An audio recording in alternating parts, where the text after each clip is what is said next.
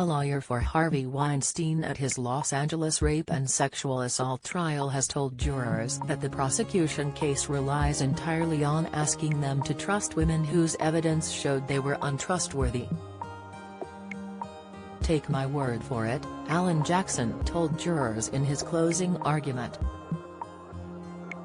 5 words that sum up the entirety of the prosecution's case.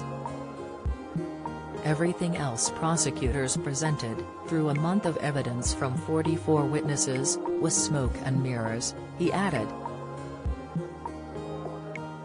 Prosecutors had earlier finishing their closing argument, with jurors told it is time for the defendant's reign of terror to end.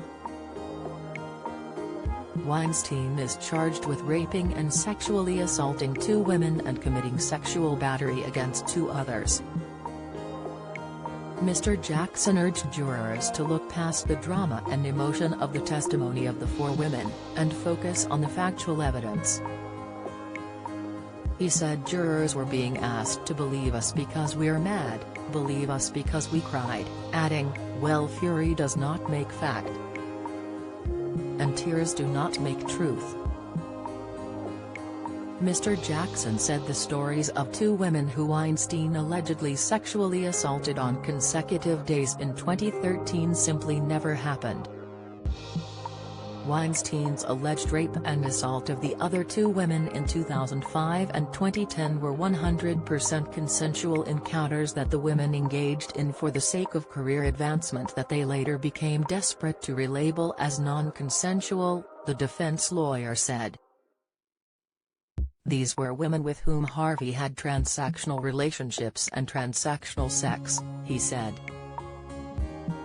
Mr. Jackson argued that the women were willing to exchange sex for favors or status when the incidents happened in 2005 and 2010, but after the Me Too explosion around Weinstein with stories in the New York Times and The New Yorker in 2017, they were regretful. "They played the game. They hate it now, unequivocally," he said. But what about then? What about before the 2017 dogpile started on Mr. Weinstein? He dwelled on a judge's instruction he said was essential, that if jurors found that any significant thing a witness said was untrue, they should consider disbelieving everything the witness said.